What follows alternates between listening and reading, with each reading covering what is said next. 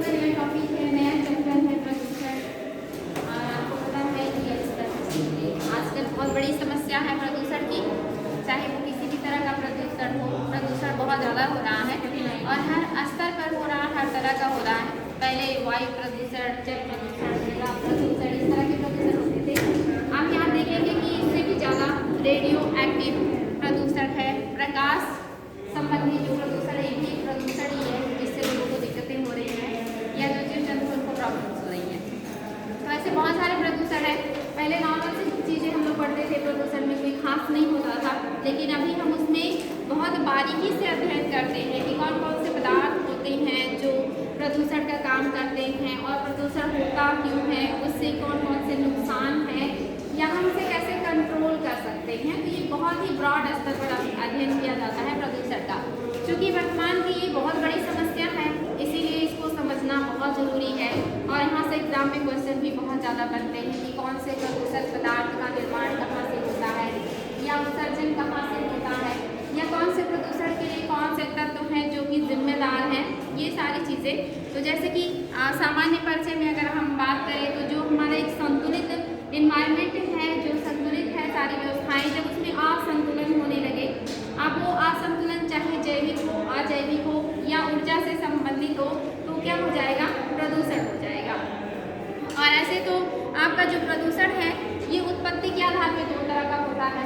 एक होता है प्राकृतिक और दूसरा होता है मानव निर्मित। यानी कि प्राकृतिक रूप से भी प्रदूषण होता है और बाकी जो है वो मानव के द्वारा प्रदूषण किया जाता है, और ज़्यादा जो हानिकारक है वो मानव निर्मित प्रदूषण होते हैं। इसके अलावा आप देखेंगे कि जो अवस्था है प्रदूषण का, ये तीन तरह का होता है। एक होता है जो ठोस रूप में होता है, ऐसे प्रदूषण जिसमें आपके फ्लाई एश आ जाते हैं। और इसके अलावा आप देखेंगे कि PM का क्या था ना, PM 2.5, 10, इस तरह से आपका आता है। ये सारी चीज़ें आपके हो जाएंगे ठोस में। और तीसरा आपका हो जाएगा गैसीय है और साथ ही तरल, यानी कि लिक्विड और गैसीय और ठोस, ये तीन तरह के आपके प्रदूषण होते हैं। तीन रूप में आपके प्रदूषण पाए जाते हैं, ठोस में, द्रव में और गैस रूप में। तीनों रूप में आपके प्रदूषण होते हैं। तो ये आपका जो है अवस्था के आधार पर है। और साथ ही आपका है जो है निस्तारण की प्राकृतिक विधि, यानी कि जैसे जो निस्तारण के दृष्टिकोण से देखें तो दो तरह का होता है। एक तो जिसको जो हमारे जीव हैं, जो सूक्ष्म बैक्टीरिया हैं, कवक हैं, जिनको तोड़ सके या वापस उनको मिट्टी में मिला सके या उनका निस्तारण कर सके, ये होते हैं। इस तरह के जो प्रदूषक होते हैं ये अच्छे माने जाते हैं, या ये आसानी से इनको बैक्टीरिया और कवक के द्वारा अपघटित करके वापस फिर से इन्वायरमेंट में, मिट्टी में, जल में मिला दिया जाता है और ये उन्हें नुकसानदेह नहीं होते। लेकिन कुछ पदार्थ ऐसे होते हैं जो जैव जो है अजैविकारी, या कहें कि अपघटनीय होते हैं, जिनको अपघटित नहीं किया जा सकता, जो तोड़े नहीं जा सकते, जैसे कि आपका प्लास्टिक है, जितने भी आपके रेडियो एक्टिव पदार्थ होते हैं या जितने भी आपकी इलेक्ट्रॉनिक चीज़ें होती हैं, ये हमारे जो कवक हैं, जो बैक्टीरिया हैं, इनको अपघटित नहीं कर पाते हैं। तो ये क्या होते हैं, अपघटित पदार्थ हो जाते हैं। ये भी एग्जाम में क्वेश्चन बनता है कि इनमें से कौन से पदार्थ हैं जो बैक्टीरिया के द्वारा तोड़े जा सकते हैं और कौन से हैं जो तोड़े नहीं जा सकते हैं, तो ये भी पता होना चाहिए। तो सबसे पहले तो हम देख लेते हैं कि जो आपका प्रदूषक है ये इसका स्वरूप, उत्पत्ति, सब कुछ। तो पहला तो उत्पत्ति क्या है आपका, उत्पत्ति के आधार पर इसमें कितने हैं, दो हैं। एक तो है आपका प्राकृतिक है और दूसरा आपका है मानव। ये हो गया आपका उत्पत्ति के आधार पर। दूसरा है आपका अवस्था के आधार पर प्रदूषण।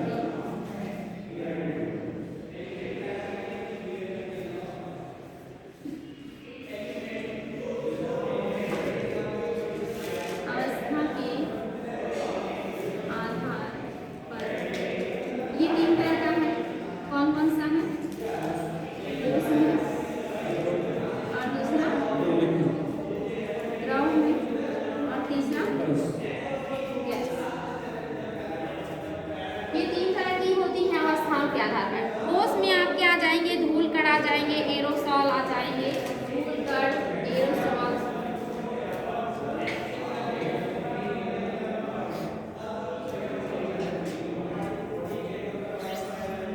धूल कण आ जाएंगे, एरोसॉल आ जाएंगे। इंपॉर्टेंट है धूल कण और एरोसॉल। धूल कण आ जाते हैं ना, छोटे छोटे धूल के कण, यानी कि सिर्फ मिट्टी का नहीं, उसमें बहुत सारे कण आ जाते हैं। एरोसॉल आ जाते हैं। इसके अलावा आपके आ जाएंगे जितनी भी औद्योगिक अपशिष्ट पदार्थ हैं, जैसे पारा है, सीसा है, एस्बेस्टस है, ये सारे आपके आ जाएंगे उसमें। पारा, सीसा,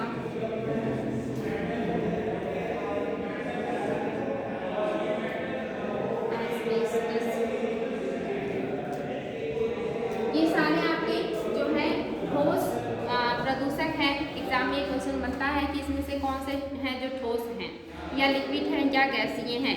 दूसरा आपका है द्रव, या इसको तरल भी कहते हैं, जिसमें आप देखेंगे जो समुद्रों में तेल रिसाव हो जाता है और वो वाटर में मिल जाता है, वहाँ की पारिस्थितिकी तंत्र को डिस्टर्ब कर देता है, या समुद्रों की सतह पर तेल जो है वो फैल जाता है और ये आसानी से समाप्त नहीं होता, वहाँ की जो प्रकाश संश्लेषण का दर है उसे घटा देता है, वहाँ के भोजन में विषाक्तता ले आता है, जिससे वहाँ का जो फूड चेन है वो डिस्टर्ब हो जाता है। तो जितने भी जलीय क्षेत्रों में आपके लिक्विड यानी कि तेल का रिसाव होता है, मोस्टली आप जानते हैं कि जो तेल का परिवहन होता है वो जलीय मार्गों से ही होता है, और आपके यहाँ पेट्रोलियम का बहुत बड़े पैमाने पे आयात किया जाता है। कुछ जगहों पे हम भेजते भी हैं फिल्टर करके अपने यहाँ से, क्योंकि जो तेल मिलते हैं ये क्रूड ऑयल होते हैं, यानी कि कच्चा तेल होता है, जो कि बैरल में मापा जाता है ना। एक बैरल में कितने लीटर तेल आते हैं? 159 लीटर तेल एक बैरल में आता है। तो हम जो भी क्रूड ऑयल या कच्चा तेल मंगाते हैं पेट्रोलियम के रूप में, वो क्या होता है? क्रूड ऑयल होता है या कच्चा तेल होता है, उसमें सारे जो है मिक्स होते हैं, उसमें पेट्रोल, डीजल, केरोसिन सब कुछ मिक्स होता है, वो फिल्टर नहीं होता, वो क्रूड ऑयल होता है। उसको लाने के बाद हम रिफाइनरी में उसको फिर रिफाइन करते हैं और फिर वहाँ से पेट्रोलियम और डीजल और जो केरोसिन है, जो ग्लिसरॉल है, उसे अलग करते हैं, उसके बाद उसको यूज़ भी करते हैं। तो ऐसा नहीं कि हम पेट्रोल या डीजल अलग से मंगाते हैं, हम क्रूड ऑयल मंगाते हैं, कच्चा तेल मंगाते हैं और उसको बैरल में जो है अंतर्राष्ट्रीय स्तर पर उसको मापा जाता है। ठीक है, तो ये तेल जो बड़े बड़े टैंकर्स या कहीं की बड़े बड़े जो शिप्स होते हैं उसमें जो है लोड करके आते हैं, लेकिन कभी कभी इनमें रिसाव हो जाता है और बहुत भारी पैमाने पे जो तेल है वो समुद्र में या वाटर में जो है ये फैल जाता है। मोस्टली जो ऑयल होता है वो हल्का होता है, जो वाटर की अपेक्षा तो क्या होता है, वाटर की सतह पर फैल जाता है, और जिसकी वजह से वहाँ का जो पारिस्थितिकी तंत्र है वो बहुत ज़्यादा डिस्टर्ब हो जाता है।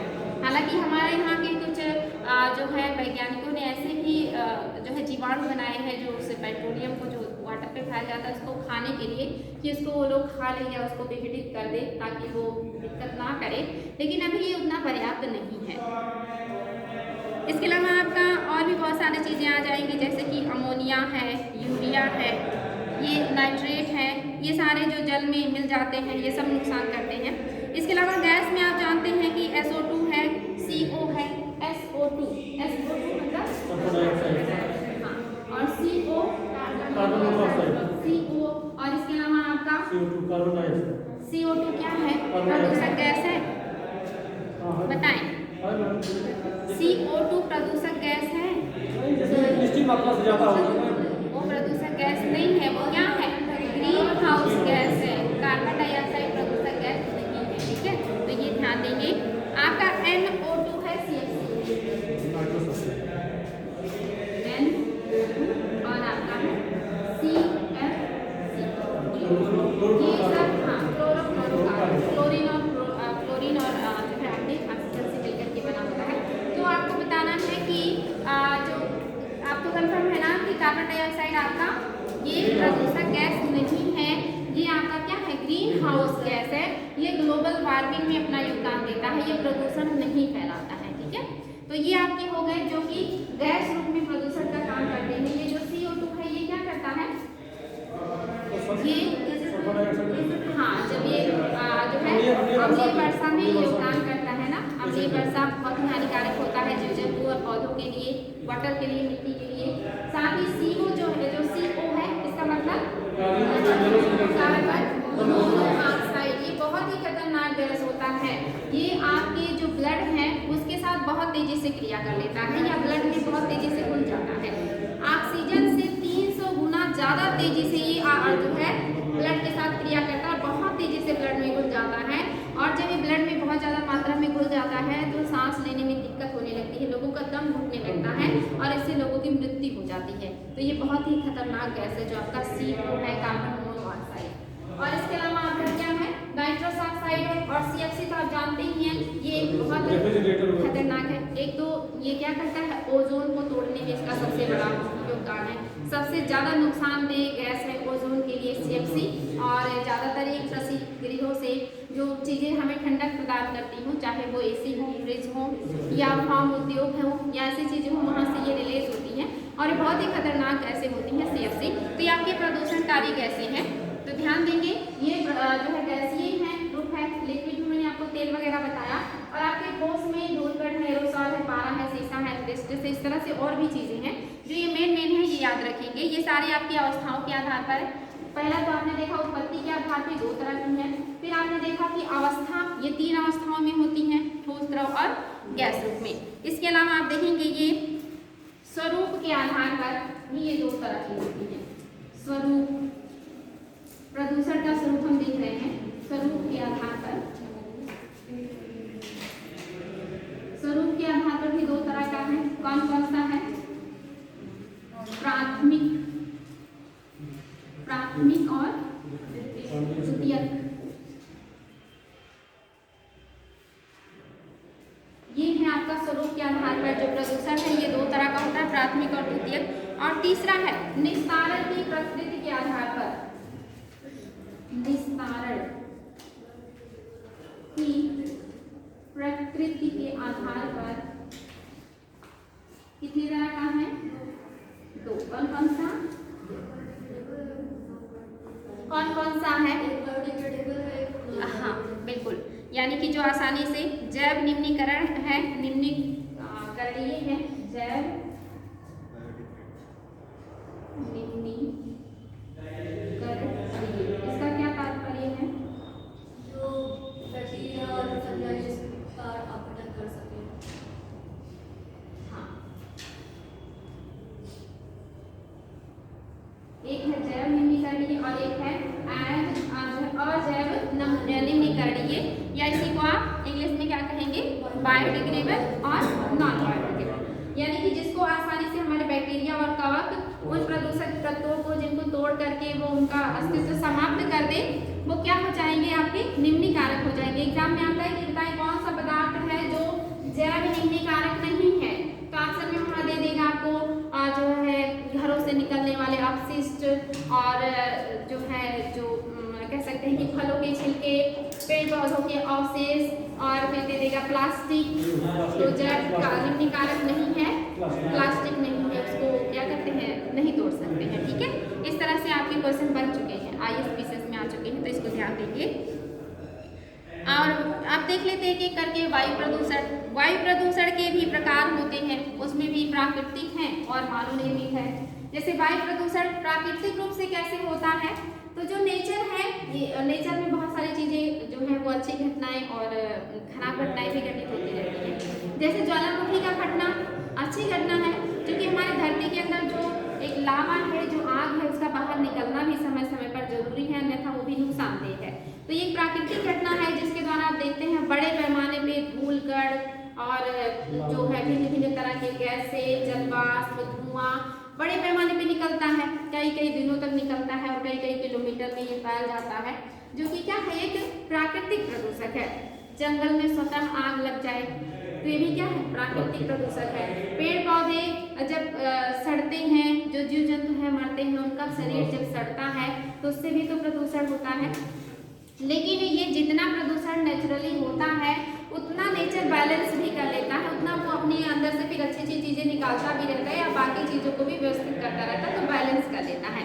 लेकिन जब इसमें इंसानों का हस्तक्षेप हो जाता है, यानी कि ये तो हो गया आपके जो है प्राकृतिक प्रदूषण, लेकिन जब इंसानों के द्वारा ये चीज़ें की जाए बड़े पैमाने पे, जैसे उद्योग धंधों का जो है लगाना, बड़े पैमाने पे आपके जीवाश्म ईंधनों का परिवहन जैसे परिवहन के द्वारा किया जाए या अन्य, या आप देखेंगे गांव में आज भी लोग ऊर्जा या उष्मा प्राप्त करने के लिए, गर्मी प्राप्त करने के लिए, भोजन बनाने के लिए अभी भी लकड़ियों के और खेतों के दूसरे जो पदार्थ हैं या पेड़ पौधे हैं उन्हीं पर निर्भर करते हैं।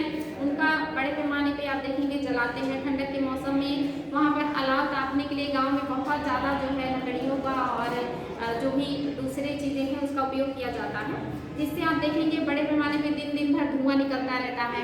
तो इस तरह से आज भी इन सारी चीज़ों का उपयोग करके बहुत ज़्यादा पोल्यूशन हो रहा है। आपके यहाँ बहुत बड़ी बड़ी फैक्ट्रियाँ तो नहीं है, लेकिन ईंट भट्टे वगैरह आप देख सकते हैं, रात दिन उसमें से कितना ज़्यादा धुआं निकलता रहता है। और जहाँ पर इस तरह की बहुत सारी फैक्ट्रियाँ हैं वहाँ सोचिए कितना ज़्यादा गंदगी होता होगा, कितना कचरा और कितनी धुएँ और कितनी और भी आज है ठोस, द्रव और गैसीय अपशिष्ट कारखानों से निकलते रहते हैं।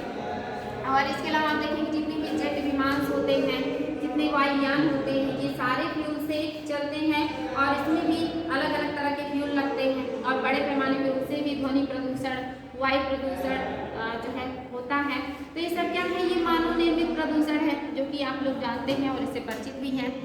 तो ये आपके हो गए वायु प्रदूषण में 2 प्रकार का, एक तो हो गया आपका प्राकृतिक और दूसरा हो गया मानव निर्मित।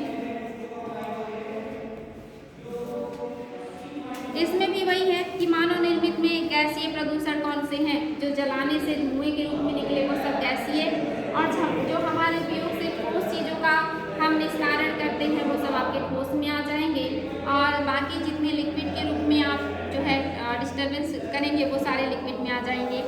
साथ ही प्राथमिक और द्वितीयक इम्पॉर्टेंट है। एग्जाम में आ जाता है कि बताएं इनमें से कौन से प्रदूषक हैं जो प्राथमिक हैं और कौन से हैं जो द्वितीयक है। तो ये इम्पॉर्टेंट है।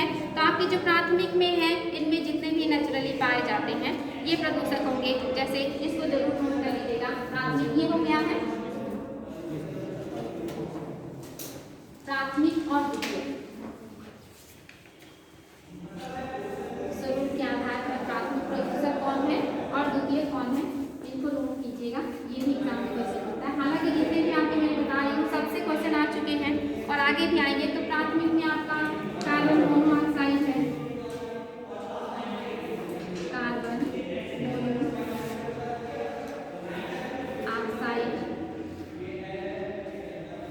CO। इसके अलावा आपका क्या हो जाएगा, बहुत सारे गैसेस हैं, जैसे हैं आपका नाइट्रिक ऑक्साइड, सल्फर डाइऑक्साइड है, सल्फर डाइऑक्साइड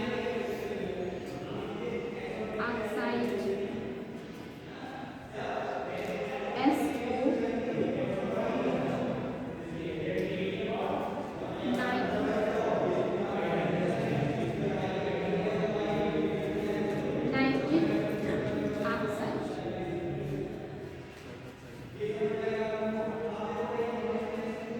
नाइट्रिक ऑक्साइड है, और साथ ही आपका है अमोनिया।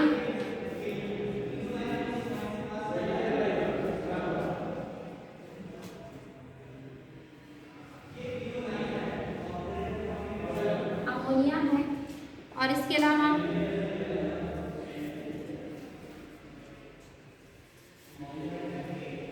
नाइट्रोजन डाइऑक्साइड है,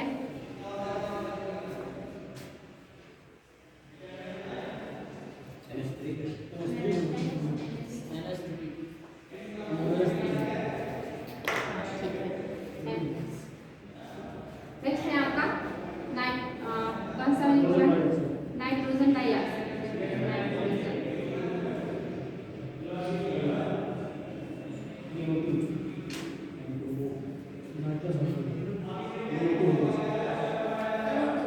नाइट्रोजन डाई NO2 है, नाइट्रोजन डाइऑक्साइड NO2 है।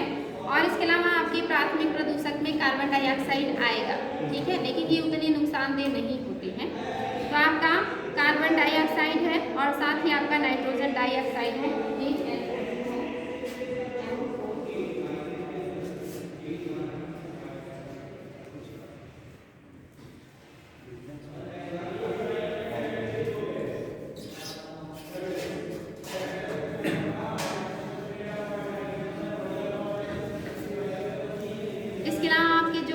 ये पदार्थ है ये भी आ जाएंगे। इसमें PM जिसको कहते हैं PM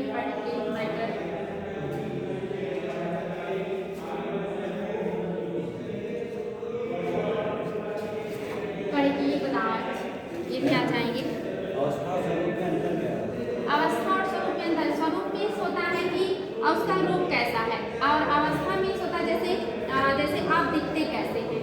ये तो स्वरूप हो गया, आप किस अवस्था में, आपकी उम्र क्या है, तो क्या हो गया, वो एज हो गया। दोनों में अंतर है ना, एक तो वो दिखता कैसा है और एक वो किस स्टेज में है, ये अंतर हो जाता है। ठीक है, अवस्था और स्वरूप, दिखने में कैसा है और इसका स्टेज क्या है। तो लिक्विड फॉर्म और जो है ठोस में है और गैस में है, ये तो अवस्था हो गया। लेकिन स्वरूप कैसा, वो प्राथमिक है या द्वितीयक है, ये चीज अभी भी नहीं समझ में आया।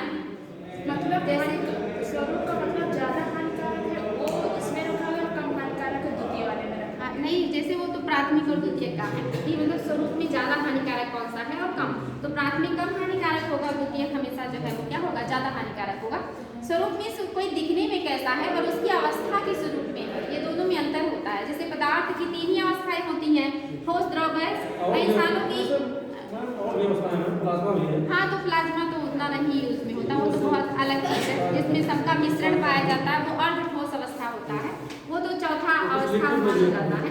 लेकिन मेनली जो हम ज्यादातर देखते हैं वो 3 ही अवस्थाएं मानी जाती है ना पदार्थ की, चौथा अवस्था आपका है। उसके अलावा एक 5वां अवस्था भी खोज कर लिया गया, लेकिन ठोस अवस्था, तो वो तो आप लोग जब साइंस में पढ़ेंगे तब इतनी डीपली पढ़ना होगा। आपको एनवायरमेंट में तो आपको 3 ही अवस्थाएं पढ़नी है ना, ठोस, द्रव और गैस। तो इस समझ में जैसे इंसान की 4 अवस्थाएं जो है बांटी गई थी ना, आपका ब्रह्मचर्य था, गृहस्थ, वानप्रस्थ और संन्यास, वो तो अवस्थाएं हो गई। लेकिन आप दिखते कैसे हैं, आपकी बॉडी का स्ट्रक्चर कैसा है, वो आपका स्वरूप है, और वो अवस्था क्या आपका एज बताता है, आपकी अवस्था को बताता है। ठीक है, ये आई बात समझ में। तो हम क्या पढ़ रहे थे कि इसमें प्राथमिक कौन कौन से हैं ये पता होना चाहिए। आपकी द्वितीयक ज़्यादा नहीं है लेकिन ये इम्पॉर्टेंट है। जैसे आपका है सल्फर जो है ट्राईऑक्साइड, ये जो आपका सल्फर डाई है ये क्या हो जाएगा, सल्फर ट्राईऑक्साइड हो जाएगा, ये चीज़ ध्यान रखेंगे। इसके अलावा आपका है नाइट्रिक ऑक्साइड, जो है HNO3,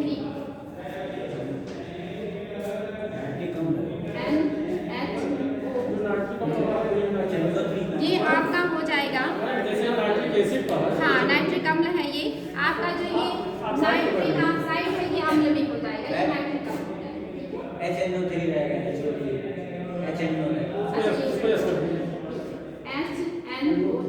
नाइट्रिक अम्ल हो जाएगा ये, या एसिड भी कह सकते हैं। और ये आपका जो सल्फर डाई है क्या हो जाएगा, ट्राई में बदल जाएगा, सल्फर ट्राई ऑक्साइड। ये जो आपका सल्फर डाई है ये क्या, जो प्राकृतिक रूप से चीजें पाई जाती है ना, जब ये आपस में क्रिया करते हैं उसमें एक और भी ऑक्सीजन जुड़ जाता है, तो क्या हो जाता है, ये ट्राई हो जाता है। और ये आपका हो जाएगा द्वितीयक प्रदूषक, और ये प्रदूषक आपके ज्यादा हानिकारक होते हैं अपेक्षाकृत प्राथमिक से। इसके अलावा आपका है सल्फ्यूरिक अम्ल है H2SO4, H2SO4, H2SO4।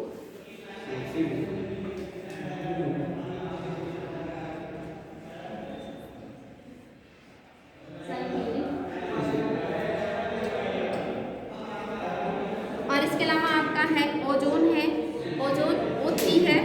और इसके अलावा आपके हाइड्रोजन पेरोक्साइड है, hydrogen peroxide H2O2, H2O2, H2O2। और इसके अलावा आपका है ओजोन। ये जो ओजोन है इसकी उपस्थिति आप जानते हैं समताप मंडल में पाया जाता है, और ये जितने भी आपके पराबैंगनी किरणें आती हैं उनको रिफ्लेक्ट करता है, बाकी को ये अपने अंदर एब्जॉर्ब कर लेता है, ये धरातल पर नहीं आने देता। लेकिन यही ओजोन जो है जब ये क्षोभ मंडल के निचले लेयर में पाया जाने लगता है तभी आपके लिए क्या हो जाएगा, प्रदूषक गैस का काम करेगा, ये बहुत ही हानिकारक गैस हो जाता है। अगर ये क्षोभ मंडल के निचले लेयर में आ गया, यानी कि जो जीवधारी है उनके संपर्क में आ गया, तो आपके लिए बहुत नुकसानदेह है।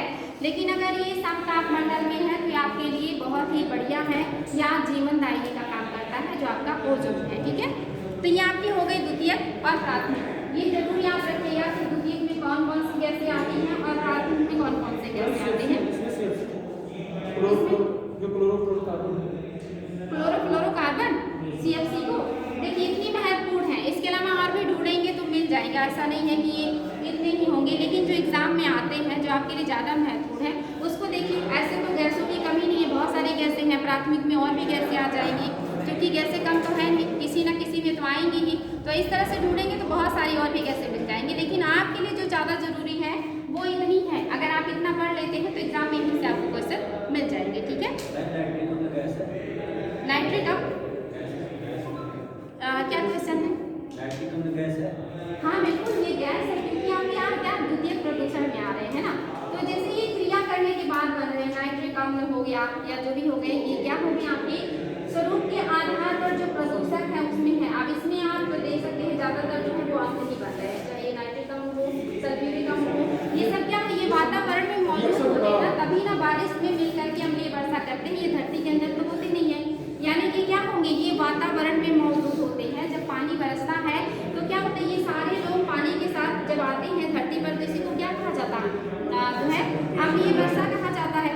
क्योंकि पानी में एसिड की मात्रा ज़्यादा हो गई है तो क्या हो गया, अम्लीय वर्षा के रूप में हो जाता है। आप सोच रहे होंगे एसिड लिक्विड में होगा, या आप मतलब क्या सोच रहे हैं कि गैसीय फॉर्म में है, या कहिए कि लिक्विड के साथ मिला हुआ होता है, लेकिन ये जब धरती पर आता है वाटर के साथ तभी अम्लीय वर्षा कहलाता है। और इनकी मात्रा जब इन्वायरमेंट में बढ़ जाती है, ज़्यादा हो जाता है, तभी हमारे लिए ज़्यादा खतरनाक होते हैं।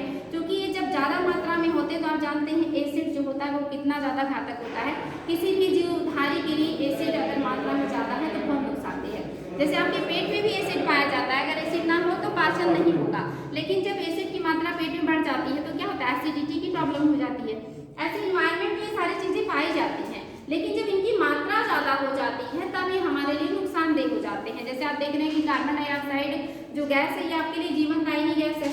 अगर ये ना हो तो आप जानते हैं हमारी धरती इतनी ठंडी हो जाएगी कि यहाँ पर फिर जीवन संभव ही नहीं होगा। लेकिन इनकी उपस्थिति हमारे लिए कितना जरूरी है, अगर यही बढ़ जाए एक सीमा से ज़्यादा तो हमारी पृथ्वी इतनी गर्म हो जाएगी कि वैसे भी यहाँ जीवन क्या होगा, संभव ही नहीं होगा। ऐसी ही ऑक्सीजन है, जो ऑक्सीजन है वो आपको सिर्फ सांस लेने के लिए जरूरी नहीं है, बल्कि आपका जो धरती पर अन्य क्रियाएं होती हैं उनके लिए भी ऑक्सीजन जरूरी है। अगर ऑक्सीजन ना हो तो कहीं भी आप आग जलाना चाहें तो वो बिल्कुल भी नहीं जलेगा। या दूसरी जो प्रकाश संश्लेषण की क्रियाएं हैं ये भी क्या हो जाएंगी, इसमें भी तो ऑक्सीजन अलग होता है, तो कहीं ना कहीं ये उस प्रोसेस में शामिल है। तो सिर्फ एक चीज़ों के लिए नहीं है, कोई भी एक गैस अगर आप हटा, जैसे नाइट्रोजन को ही हटा दीजिए, अगर जो नाइट्रोजन है ये सिर्फ इसलिए नहीं है कि उसको जो पौधे हैं वो भोजन के रूप में एब्जॉर्ब करेंगे, बल्कि ये अन्य गैसों का जो बैलेंसिंग करती है। जैसे अभी नाइट्रोजन को हटा दिया जाए तो कार्बन और ऑक्सीजन वो कम हो जाएंगे, और फिर जो बहुत सारी चीज़ें क्रिया करके बनती हैं वो क्रिया जो है वो प्रभावित हो जाएगा, वो नहीं बनेगा, और बहुत सारे प्रोसेस जो है रुक जाएंगे। साथ ही जो गैसों का एक बैलेंस बनाया गया कि नाइट्रोजन ज़्यादा होगा वो हटेगा तो बाकी चीज़ें जो है कम हो जाएंगी, या जो क्रिया हो करके बहुत नई नई चीज़ें अलग अलग चीज़ें बनती हैं वो सारी नहीं बनेगी। तो ऐसा कोई भी नहीं है कि जो बहुत उपयोगी है। जितना आपके लिए ऑक्सीजन जरूरी है उतना ही आपके लिए कार्बन भी जरूरी है, और उतना ही आपके लिए नाइट्रोजन भी जरूरी है। लेकिन हम क्या जानते हैं, सिर्फ इतना कि ऑक्सीजन हमारे लिए ज़्यादा जरूरी है, लेकिन जितना ऑक्सीजन है उतना ही कार्बन भी जरूरी है। अब हालांकि ऑक्सीजन की मात्रा तो बढ़ नहीं रही है कि उससे हमें दिक्कत हो, मात्रा बढ़ रही है कार्बन की, क्योंकि ऑक्सीजन को जो है यूज करने वालों की संख्या बढ़ रही है और ऑक्सीजन निकालने वालों की संख्या घट रही है, और इस वजह से क्या हो रहा है, ऑक्सीजन की कमी हो रही है। कार्बन को यूज करने वालों की संख्या जो है वो घट रही है और निकालने वालों की संख्या ज़्यादा हो रही है, तो वो बढ़ रहा है, इसलिए दिक्कत हो रही है। तो ये जो बैलेंसिंग चीज़ें हैं ये अगर बनी रहे तो दिक्कत नहीं है, और इन गैसों में से किसी में भी अगर डिसबैलेंस होगा तो प्रॉब्लम्स होंगी, क्योंकि जो भी पदार्थ हैं उनका चक्रण होता है, चाहे वो नाइट्रोजन हो, ऑक्सीजन हो, चाहे आपके ठोस रूप में हो या द्रव में हो। ये जो चक्र चलता है इसमें सिर्फ पदार्थ अपना स्वरूप बदलते हैं, उनका जो द्रव्यमान है वो कभी नहीं बदलता है, उनकी जो क्वांटिटी है जितनी है वो हमेशा उतनी ही रहती है। हाँ, स्वरूप बदलता है, और उसी स्वरूप बदलने को ही हम क्या कहते हैं, चक्र कहते हैं, और ये जब डिस्टर्ब हो जाता है तो हमें प्रॉब्लम होने लगती है। आगे हम देखेंगे आपके प्राथमिक और द्वितीयक हो गए हैं जो कि इम्पॉर्टेंट है, एग्जाम में आते हैं। जैसे कि कार्बन जो मोनोऑक्साइड है ये आपके लिए श्वसन तंत्र संबंधी जो बीमारी होती है इसकी वजह से होता है, क्योंकि ये आपको पता है कि जो आपका ब्लड है उसके साथ बहुत तेजी से क्रिया करता है, ऑक्सीजन की अपेक्षा 300 गुना ज़्यादा तेजी से ये क्रिया कर देता है, और ये ब्लड में बहुत तेजी से घुल जाता है, जिसकी वजह से सांस लेने में दिक्कत होती है और श्वसन संबंधी बीमारियाँ होती हैं। ये जो कार्बन मोनोऑक्साइड है ये निकलता कहाँ से है, ज़्यादातर परिवहन से उद्योग धंधों से, इन्हीं सब चीज़ों से निकलता है। और ये किस तरह का जो है गैस है, ये अपूर्ण दहन से निकलता है। ये मत सोचिएगा, अगर जो आपके मोटर वाहन है उनका जो फ्यूल होता है, अगर उसका पूर्ण दहन हो तो इनका उत्सर्जन उतना नहीं होगा, लेकिन जब उनका अपूर्ण दहन होता है, जैसे हम जो लकड़ी है, जो कोयले अच्छी क्वालिटी के होते हैं, आप उनको जलाएंगे तो राख बहुत थोड़ा सा बचता है, उसमें राख भी कम होता है, उष्मा भी ज़्यादा निकलता है, उससे धुआं भी कम निकलता है, तो उतना ज़्यादा वो हानिकारक नहीं होता जैसे कि कोयले में एंथ्रेसाइट कोयला हो गया। लेकिन जो पीट कोयला होता है उसमें वाष्प की मात्रा ज़्यादा होती है, उसमें राख ज़्यादा होता है और वो उष्मा भी कम देता है, तो ये ज़्यादा हानिकारक है। यानी कि जो आपके फ्यूल हैं, अगर उनका पूर्ण दहन हो तो कार्बन मोनोऑक्साइड नहीं निकलता। इन फ्यूलों के अपूर्ण दहन की वजह से कार्बन मोनोऑक्साइड निकलता है। जो भी फ्यूल्स हैं जब उनका अपूर्ण दहन होता है, यानी कि पूर्ण रूप से वो नहीं जल पाते हैं, तो ये कार्बन मोनोऑक्साइड निकालते हैं। ठीक है, दूसरा है आपका कार्बन डाइऑक्साइड। तो इसके निकलने का सबसे जो बड़ा स्रोत है, आप जानते हैं जितने भी जीवाश्म ईंधन हैं, इनके जलने से ही ज़्यादातर जो है आपके कार्बन डाइऑक्साइड निकलते हैं। हालांकि जितने भी जीव हैं धरती पर श्वसन करते हैं, चाहे वो जलीय क्षेत्र में हो या स्थलीय क्षेत्र में हो, वो भी क्या करते हैं, कार्बन डाइऑक्साइड को निकालते हैं। लेकिन ये एक नेचुरल प्रोसेस है, इससे उतनी प्रॉब्लम नहीं होती। जब हम एक्स्ट्रा बहुत ज़्यादा कोई एक्टिविटी करते हैं तब दिक्कत ज़्यादा होती है। अगर हम इतने बड़े पैमाने पर जो हमारे फ्यूल्स हैं, जैसे कोयला है, पेट्रोलियम है, लकड़ी है या दूसरी चीज़ें, अगर हम इनका इतना ज़्यादा दहन ना करें, इतना ज़्यादा ना जलाएं, तो कार्बन की मात्रा इतनी ज़्यादा नहीं होगी कि आपको दिक्कत हो। क्योंकि जो श्वसन है, प्रकाश संश्लेषण है, एक नेचुरल प्रक्रिया है। प्रकाश संश्लेषण आपके स्थल पर और जल में दोनों जगह पादन करते हैं और इतना पर्याप्त ऑक्सीजन वो निकालते हैं और पर्याप्त कार्बन डाइऑक्साइड अवशोषित करते हैं कि जो पर्यावरण का एक नेचुरल प्रोसेस है वो चलता है, कोई दिक्कत ना हो। लेकिन जब हम अलग से एक्टिविटीज करने लगते हैं, जैसे हमारे श्वसन से, चाहे हम जल पे हों और स्थल पे हो, कितना भी श्वसन करें दिक्कत नहीं है।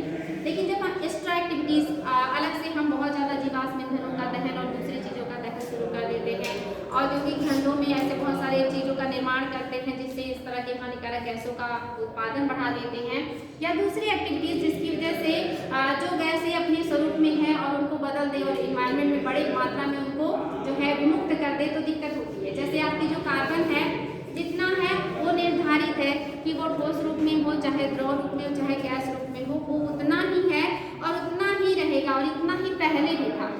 आज से 200 साल पहले भी कार्बन इतना ही था जितना आज आपकी धरती पर ठोस, द्रव और गैस रूप में है, और इतना ही आगे भी रहेगा। प्रॉब्लम क्या है कि उसका स्वरूप हमने बदल दिया।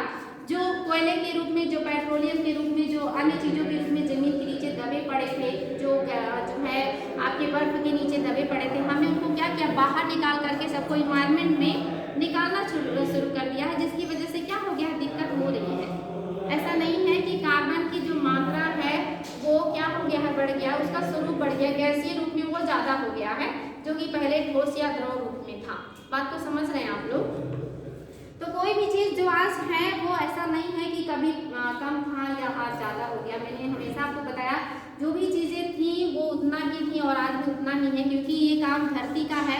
इंसान तो बनाता नहीं कि हाँ पेट्रोलियम और कोयला इंसान पहले कम बनाता था और आज आपके पास संसाधन ज़्यादा है तो आपने ज़्यादा बनाना शुरू कर दिया। ये सब तो नेचुरल प्रोसेस है। आप अगर कुछ कर सकते हैं तो इनके जो प्राकृतिक आपके रिसोर्सेज हैं उनका ऐसा उपयोग कर सकते हैं कि इस तरह की चीज़ें, जो गतिविधियां हैं जो आप कर रहे हैं जिसकी वजह से डिसबैलेंस हो रहा है, उसे आप रोक सके। और हम उसी पे ध्यान दे रहे हैं, या तो हम जो है सिंक के रूप में पौधों को लगाएं या उनको जल में अवशोषित करें, या ऐसी ऊर्जा का उपयोग करें कि जो कार्बन है धरती के नीचे दबे हुए हैं उनका उत्सर्जन कम हो, तो हम जो इन्वायरमेंट में दिक्कतें हो रही हैं उसे रोक सकें।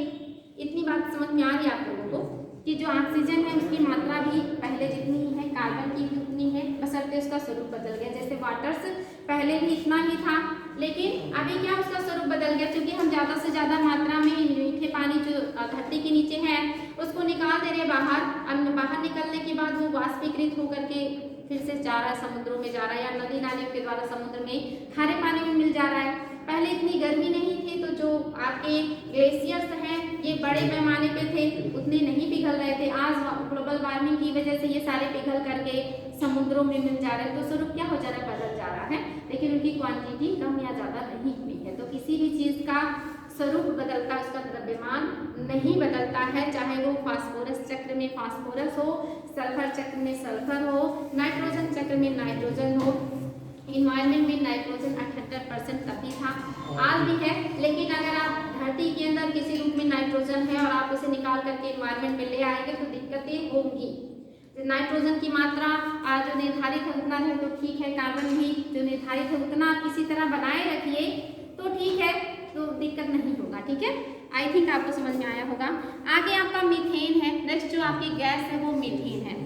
ये आपका ग्रीन हाउस गैस भी है और प्रदूषक गैस भी है। और मीथेन भी पूछता है कि मीथेन कहाँ से निकलता है या मीथेन उत्पादन की जगह, तो हाँ जितना भी से और जितने भी आपके वेटलैंड्स होंगे, भूमियाँ होंगी, वहाँ से मीथेन बड़े पैमाने पे निकलता है। पशुओं के जुगाली करने से भी निकलता है, धान के खेत से भी निकलता है। इसके अलावा आप देखेंगे दीमक, हाँ जो भी आपका बनाते हैं लोग बायोमास। और इसके अलावा दीमक का जो घर होता है ना, गीली मिट्टी का बना होता है, तो दीमक की बॉम्बे से भी आपके जो होते हैं इस तरह की गैसें रिलीज होती हैं। तो ये एग्जाम में कूट में कई बार क्वेश्चन आ चुका है कि बताएं कहाँ से जो आपका मीथेन गैस है वो रिलीज होता है। तो ये भी आपको पता होना चाहिए कि कहाँ से निकलता है। धान का खेत है, इसके अलावा जो आप किंडवन विधि से बहुत सारी चीज़ों का स्वरूप बदला जाता है ना, किंडवन विधि से भी जो भी चीज़ें हम करते हैं उनसे भी आपका मीथेन निकलता है।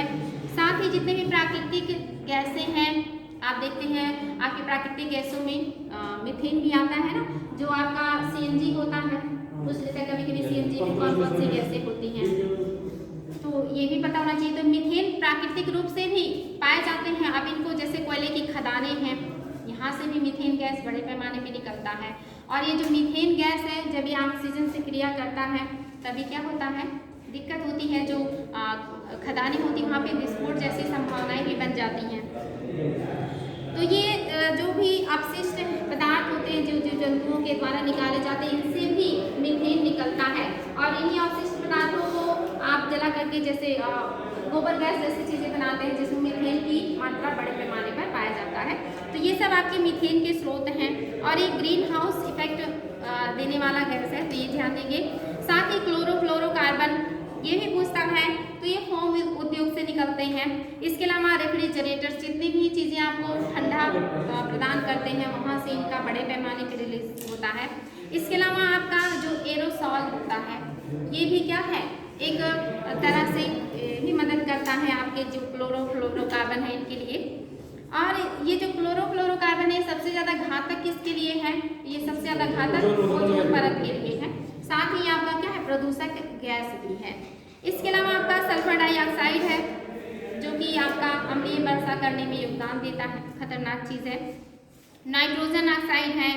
इसके अलावा सीसा है, सीसा जो है ये वाटर में घुल जाता है, तो ये भी क्या करता है, विषाक्तता लाता है, बीमारियां लेकर के आता है। तो ये मेन आपकी गैसें हैं जिनकी वजह से प्रदूषण होता है। साथ ही जो ठोस रूप में है, निलंबित कणकीय पदार्थ, सस्पेंडेड पार्टिकुलेट मैटर्स, ये आजकल बहुत ज़्यादा चर्चा में रहती हैं क्योंकि इनकी मात्रा बहुत ज़्यादा बढ़ रहा है।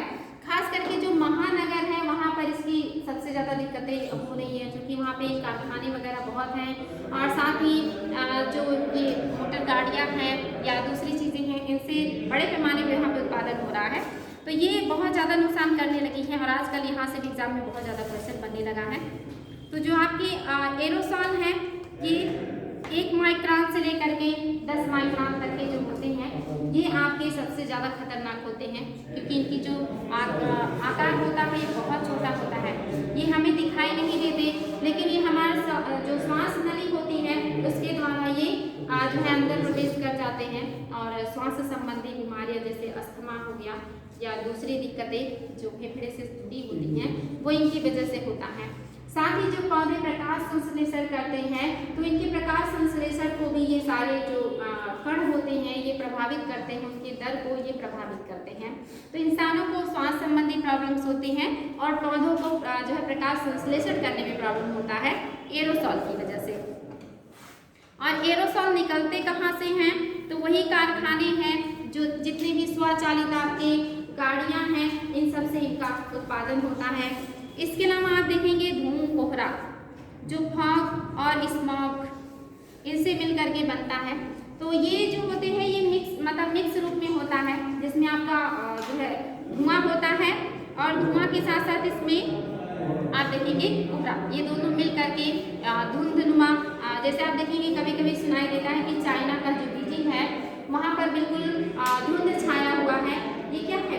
प्रदूषण का बहुत बड़ा संकेतक है कि वहाँ पर जो धुआं है और जो कोहरा है वो मिल करके धुंध का निर्माण कर देते हैं, जिससे जो विजिबिलिटी है वो कम हो जाती है और दिन में ही बिल्कुल धुआं सा सब तरफ लगता है। ये बहुत बड़ा संकेतक है आपकी प्रदूषण का। जैसे दिल्ली में भी जब दीपावली आती है उस समय लोग इतने बड़े पैमाने में पटाखे वगैरह वहाँ जला देते हैं कि वहाँ पर बहुत दिनों तक धुआं सा बना रहता है। ऐसे लगता है कि सुबह ही शाम हो गया है और गर्मी में ही लगता है कि ठंडक का मौसम है और ओस और कोहरा पूरा छाया हुआ। इस तरह की स्थिति जो बनती है ये बहुत ही खतरनाक स्थिति होती है जो कि धूम कोहरे की वजह से होता है। साथ ही फ्लाई एश जो आपके राख के टुकड़े होते हैं, जितने भी आपके विद्युत तापग्रही होते हैं जहाँ कोयले का दहन करके विद्युत उत्पादन किया जाता है, यहाँ से बड़े पैमाने पे फ्लाई एश निकलते हैं। साथ ही जितने भी हम खेतों में जो फसल के अवशिष्ट होते हैं उनको जलाते हैं या जो गांव में लोग जो है ईंधन का उपयोग करते हैं उनको जलाने से ये जो फ्लाई एश होते हैं ये निकलते हैं। और ये जो फ्लाई एश की प्रॉब्लम है ये बहुत ज़्यादा इस समय हो रही है, खास करके जितने आपके कोयले से संचालित होने वाले होते हैं संयंत्र, वहाँ पर फ्लाई एश बड़े पैमाने पे निकलता है। और सरकार ने सोचा कि उस फ्लाई एश को, चूँकि ये राख के रूप, फ्लाई एश में राख होता है, समझ रहे होंगे आप लोग। आप देखते हैं गांव में जो लकड़ी होती है या जो फसल के अवशिष्ट होते हैं इनको जलाने से राख बड़े पैमाने पे निकलते हैं, इसी को फ्लाई एश कहते हैं। और जब ये हवाओं में मिल जाते हैं तो पहला तो ये काम क्या करते हैं कि आपके सांस अगर आकार में छोटे हैं तो सांस संबंधी प्रॉब्लम्स होंगे, साथ ही ये पौधों की पत्तियों पर गिरेंगे तो उनके लिए दिक्कत है। इसके अलावा अगर इन्वायरमेंट में है तो ये जो सूर्य की आने वाली किरणें हैं उनका रिफ्लेक्शन बढ़ा देते हैं।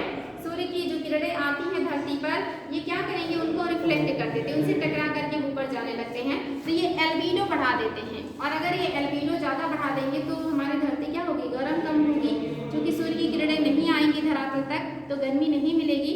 तो ये क्या करेंगे, एल्बिडो बढ़ा करके धरती को ठंडा करने का काम करते हैं, तो ये भी ठीक नहीं। दूसरा क्या है कि बीमारियां ये लेकर के आते हैं। तो सरकार ने ये सोचा कि क्यों ना ये सारे जो राख हैं इनको गड्ढों में डाल करके, जैसे आप देखते हैं जो कूड़ा करकट आपके शहर से निकलता है उसको जो है तोड़ा नहीं जाता या उसका किसी भी तरह से निस्तारण नहीं किया जाता, बल्कि शहरों के बाहर उसका आप देखते हैं पहाड़ जैसी संरचना बन जाती है, गड्ढों में डाल करके गड्ढों को भर दिया जाता है। लेकिन वो क्या है, वो बहुत ही हानिकारक है। नदियों के किनारे आप देखेंगे इस तरह के ढेर आपको देखने को मिलेंगे। जो नगर के बाहर जो राप्ती नदी है, आप गोरखपुर से निकलते होंगे तो देखते होंगे राप्ती नदी के किनारे बहुत दूर तक जो है शहर के कचरों से पूरा पटा हुआ है, किनारे धुआं वगैरह निकलता रहता, बहुत ज़्यादा वहाँ से स्मेल आता है। ऐसी स्थिति आपकी बस्ती में भी, आप जानते हैं जो नदी है, इस नदी के उस पार इस तरह के कचरे आपके शहर में इकट्ठा कर दिए जाते हैं। तो ये जो कचरे हैं जिनको जो अपघटित करने का काम नहीं किया जा रहा है, ना तो जीवों के द्वारा ना इंसानों के द्वारा, उनको बस एक जगह रख दिया जा रहा है, वो उसमें जो विषाक्त पदार्थ हैं जब वो जलते हैं तो धुएं के रूप में इन्वायरमेंट में जाते हैं, वो आसपास की मिट्टियों को भी पॉल्यूशन युक्त कर देते हैं। और साथ ही वो उनसे जो वाटर छन करके धरती के अंदर जाता है तो वो क्या करते हैं, पानी को भी जो है प्रदूषित कर देते हैं। तो वो जल, वायु और मिट्टी सभी को पॉल्यूशन करते हैं और बहुत ही घातक होते हैं। तो सरकार ने कहा कि जो ये फ्लाई एश निकलते हैं कोयला खदानों से या जो कोयले के उपयोग से चलाए जाते उद्योग धंधे, उनसे राख निकलते हैं ना, जैसे ईंट भट्टे हैं उसमें कोयला डाला जाता है या दूसरी चीज़ें डाली जाती है तो उनसे राख निकलता है बड़े पैमाने पे। तो वो राख जो होते हैं, सरकार ने कहा कि क्यों ना उससे या जो भी लोग हैं कि जो गड्ढे हैं उनको भर दिया जाए, ये मिट्टी में दब जाएंगे और पॉल्यूशन नहीं होगा, या ऐसे खुले में रहेंगे उड़ेंगे तो इन्वायरमेंट में ज़्यादा दिक्कत करेंगे, और मिट्टी के नीचे दबा दिया जाएगा तो उतनी दिक्कतें नहीं होंगी। तो ये मिट्टी के नीचे दबाए जाने का जो प्रोसेस है ये शुरू किया गया, लेकिन उसमें भी प्रॉब्लम है क्योंकि ये जो फ्लाई एश होते हैं इसमें बहुत सारे हानिकारक पदार्थ होते हैं और ये जो मिट्टी के नीचे दबाए जाएंगे तो वाटर के द्वारा छन करके पानी में जाएंगे, मिट्टी में मिलेंगे तो विषाक्तता पैदा करेंगे। साथ ही अगर हम इनके ऊपर पेड़ पौधे लगा देते हैं तो फ्लाई एश मतलब राख बहुत हल्का हल्के होते हैं, मजबूती होती नहीं, इनमें पोषक पदार्थों की कमी भी होती है, पौधे उतना ग्रो नहीं करेंगे, और अगर ग्रो कर भी गए तो उनकी जो जड़ें होंगी वो उतना मजबूती से, या कहिए कि वो उतना, वो जो आधार होगा उनका मजबूत नहीं होगा। अगर आंधी आएगी या हवा तेज चलेगा तो जो पौधे हैं वो आसानी से उखड़ सकते हैं या उखड़ जाते हैं। इस तरह की परेशानियां भी हो रही हैं। तो फ्लाई एश के निपटान को लेकर के तरह तरह की बातें चल रही हैं कि क्या किया जाए, या जो आप देखते हैं बड़े पैमाने पे हमारे यहाँ जो किसान हैं जब वो कृषि करते हैं धान और गेहूं के सीजन में कंबाइन से काट दिया जाता है फसल को, और जो फसल का आधा से ज़्यादा हिस्सा होता है वो खेत में पड़ा रहता है। अब उसके निस्तारण की विधि जो है वो बहुत महंगी है, जैसे कि उसे महंगे कल्टीवेटर से जुताएं तो वो छोटे छोटे टुकड़ों में कटेगा, लेकिन उतना पैसा एफर्ट करने का हर किसी के पास साधन नहीं होता। तो क्या करते हैं, उनको आसान लगता है कि उसको जला दें, जल जाने के बाद थोड़े सस्ते में काम हो जाता है, तो उसको जलाने का काम करते हैं, जिसकी वजह से आपका जो इन्वायरमेंट है उसमें पॉल्यूशन होता है। फ्लाई एश जाते हैं उसमें से उड़ करके, साथ ही उसमें से हानिकारक गैसें निकलती हैं जो इन्वायरमेंट में मुक्त होती हैं। इसके अलावा जो मिट्टी की गुणवत्ता है वो भी प्रभावित होती है, क्योंकि मिट्टी में बहुत ही उपयोगी जीवाणु और दूसरे सूक्ष्म बैक्टीरिया पाए जाते हैं, कवक पाए जाते हैं, वो क्या होते हैं, मर जाते हैं। तो सरकार उसको रोकने की कोशिश कर रही है। आपने नाम सुना होगा एक शून्य आधारित कृषि या शून्य जुताई कृषि का नाम सुना होगा आपने। आईएएस में भी क्वेश्चन बना है कि शून्य आधारित कृषि क्या है, या जीरो टिलेज जो है एग्रीकल्चर किसे कहते हैं। इकोनॉमी में मैंने आप लोगों को पढ़ाया भी था, पता नहीं आप लोगों को याद है या भूल गया, कि जो जीरो जुताई कृषि है या जो आपका शून्य टिलेज कृषि है ये क्या है, इससे क्या फायदे हैं, क्या होता है, ये सारे प्रोसेस आपकी इकोनॉमी का है। और उसमें मैंने आपको बताया भी था कि यहाँ पे क्या करते हैं, जो फसल होता है खेत में उसके अवशेषों को जलाते नहीं है, बल्कि जो फसल मतलब अवशेष रहते हैं उसी में बीज का छिड़काव कर देते हैं, और जो बीज होता है उस फसल के अवशेषों के नीचे दब जाता है, यानी कि ढक जाता है। जैसे जो बीज होते हैं जब तक वो ढकेंगे नहीं तो अंकुरण नहीं करते हैं, तो ढकने के लिए हम क्या करते हैं, जुताई कर देते हैं, मिट्टी को भुरभुरी बना देते हैं ताकि जो बीज है उसमें मिल जाए। तो ये तो जुताई विधि है, लेकिन बिना जुताई, यानी कि जो शून्य जुताई कृषि है इसमें जुताई की ही नहीं जाती। जीरो का मतलब कुछ नहीं, तो यानी कि बिल्कुल भी जुताई नहीं। तो ये जो फसल के अवशेष होते हैं इसी में बीज को डाल दिया जाता है, और फिर ये उस अवशेष के नीचे अंकुरण करके पौधे निकल आते हैं, तो उनको खाद भी मिल जाता है, जुताई नहीं करना पड़ता है। साथ ही क्या करते हैं, नमी को बनाने का काम करते हैं, क्योंकि जो अवशेष होते हैं वो ऊपर से जो नमी होती है उसको सूर्य के प्रकाश के सीधे संपर्क में ना आने की वजह से नमी को बनाए रखते हैं, तो ये पॉल्यूशन भी नहीं होने देते हैं। और साथ ही जो फसल होते हैं उनको जीवाश्म की उपलब्धता, नमी, ये सारी चीज़ें उपलब्ध कराते हैं। तो इस कृषि को भी प्रोत्साहन दिया जा रहा है। तो ये जो कि बहुत ही अच्छी कृषि है, उपयोगी है, खर्चा भी कम है, पॉल्यूशन भी कम है, इसलिए यहाँ से आईएएस में 2 बार क्वेश्चन बना कि जो जीरो टिलेज कृषि है ये क्या है या इससे क्या फायदे हैं। इस तरह के क्वेश्चन आईएएस में आ चुके हैं। तो ये जो सारे प्रोसेस हैं, ये जो प्रॉब्लम्स हो रही हैं उनको रोकने के लिए किया जा रहा है। तो हम बात कर रहे थे कि जो आपके एरोसॉल हैं और फ्लाई एश हैं, इनके निस्तारण के लिए क्या क्या काम किया जा रहा है। तो एक आपने देखा कि फ्लाई एश, एक आपने देखा एरोसॉल, और एक और भी है निलंबित कणकीय पदार्थ, सस्पेंडेड पार्टिकुलेट मैटर, ये भी इम्पॉर्टेंट है। और इसमें भी आप देखेंगे छोटे छोटे ये ठोस कण हैं, और ये PM 2.5 से 10 तक के जो कण होते हैं जो सबसे छोटे होते हैं ये सबसे ज़्यादा नुकसानदेह होते हैं। PM 2.5 से लेकर के PM 2.5 से लेकर के जो 10 तक के होते हैं ये कण सबसे छोटे आकार के होते हैं और सबसे हानिकारक होते हैं। तो ठोस कणों में आपने 3 चीज़ों को देखा, एक तो एरोसॉल, दूसरा फ्लाई एश, और तीसरा आपका है जो SP, या इसको कह सकते हैं निलंबित कणकीय पदार्थ। तो ये एग्जाम में आते हैं कि ये निकलते कहाँ से हैं। तो फ्लाई एश का जो सबसे बड़ा स्रोत है वो आपके जितने भी कोयले से आधारित संयंत्र हैं इनसे बड़े पैमाने पे निकलता है। साथ ही जो आपकी बाकी के ठोस हैं ये भी इन्हीं सब से निकलते हैं, कि जितने भी कारखाने हैं इनसे, साथ ही जो आपके जो मोटर गाड़ियाँ चलाए जाते हैं इनसे निकलते हैं, और जो अपशिष्ट वगैरह चलाए जाते हैं इनसे निकलते हैं। तो ये सारे जो ठोस कण हैं ये इन्वायरमेंट में आते हैं। आजकल इन्हीं से ज़्यादा क्वेश्चन बनने लगे हैं, क्योंकि ये न्यू चीज़ें हो गई हैं लोगों के लिए और ये बहुत ही घातक है। ये सारी चीज़ें आप लोगों को याद रखनी है कि ठोस में कौन कौन से आपके बाकी अभी इसमें बहुत सारे और भी पॉइंट हैं कि कौन कौन सी चीज़ें करके हम इसे रोक सकते हैं और सरकार कौन कौन सा जो है कार्यक्रम चला रही है इनको रोकने के लिए, कम करने के लिए या लोगों को जागरूक करने के लिए। अभी आपका मुझे लगता है ये 2 दिन चलेगा, पोल्यूशन काफ़ी बड़ा चैप्टर है, तो बाकी चीज़ें हम कल देखेंगे। यहाँ तक का जो मैंने आपको बताया है ये याद रखिएगा, उत्पत्ति, स्वरूप, अवस्था और इसकी जो मेन चीज़ें हैं कि स्वरूप में कौन कौन से हैं और कहाँ कहाँ से कौन से गैसों का रिलीज होता है और उससे क्या नुकसान होते हैं, ठीक है। तो इसमें थोड़े से तथ्य हैं, बार बार कीजिएगा। अच्छा